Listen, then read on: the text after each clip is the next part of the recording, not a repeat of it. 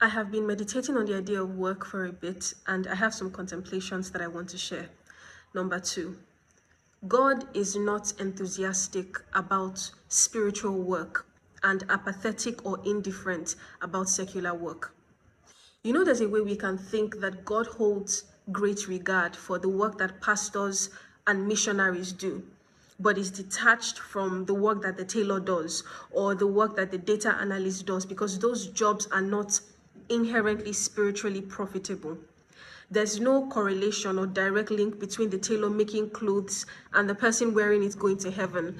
Neither is the idea of crunching numbers fundamentally evangelistic in nature. If the pastor, on the other hand, does his job diligently and faithfully, God could use his labor to sanctify and ready hearts for heaven. The same thing goes for the missionary. So there's this idea floating around in our subconscious. Many of us are not even actively aware that we are thinking it, but it shows in our behavior that we believe it.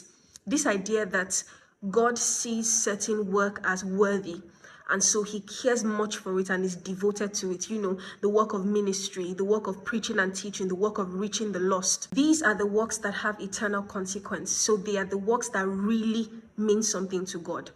While the worldly and mundane jobs like the banking job, the office assistant job, the plumbing job, the catering job, he sees these ones as unworthy, or at least not as worthy, and so is agnostic about how they are carried out. There is an operational deism of sorts that colors our theology of God and our theology of work in this way. This belief that God only cares for the big things. God only cares for those things that are directly consequential to my eternal destiny. So am I praying? Am I studying my Bible? Am I living a life of holiness?